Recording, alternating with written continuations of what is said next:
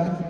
এবং এই জলযোগ নাটেশ্বরী নেতাজি বিদ্যায়তনের যেসব শিক্ষক শিক্ষিরা উপস্থিত রয়েছেন তাদেরকে যথাযথ আমার সম্মান জানাচ্ছি। আমি একটা আবৃত্তি বলে শোনাচ্ছি, যেটা আমার রচনা করা। কবিতার নাম হচ্ছে স্বর্ণযুগ। স্কুল জীবন মানে সত্যি সোনায় বাঁধানো।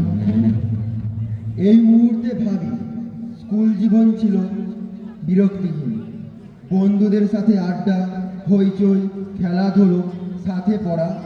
জলচোখ নাটেশ্বরী নেতাজি বিদ্যায়তন সবার চাইতে সেরা।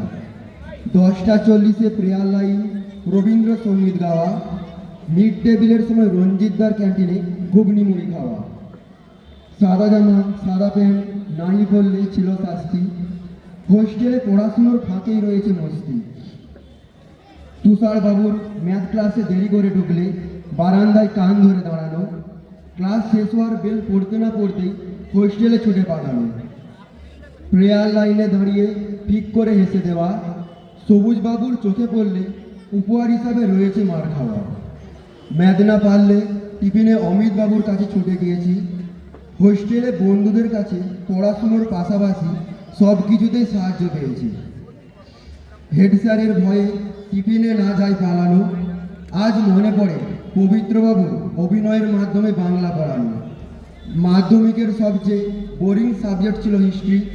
এই স্কুলে এসে উৎপলবাবু ও সুরজিৎবাবুর কাছে শিখে নিয়েছি কেমিস্ট্রি।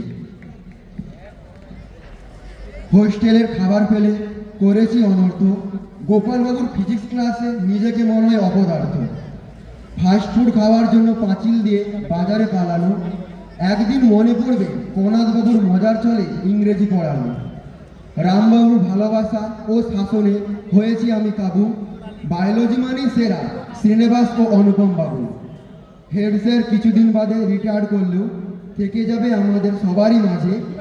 ৭৬ বছর উপলক্ষে জেএনভি গত বছরের মধ্যে সেজে উঠেছে নতুন সাজে। অবশেষে কিছুদিন পরই স্কুল জীবনের সমাপ্তি। কলেজের মোহ হাতছানি দেবে ঠিকই, তবে বন্ধু স্কুল জীবনটাই হলো সবচেয়ে বড় প্রাপ্তি। নমস্কার।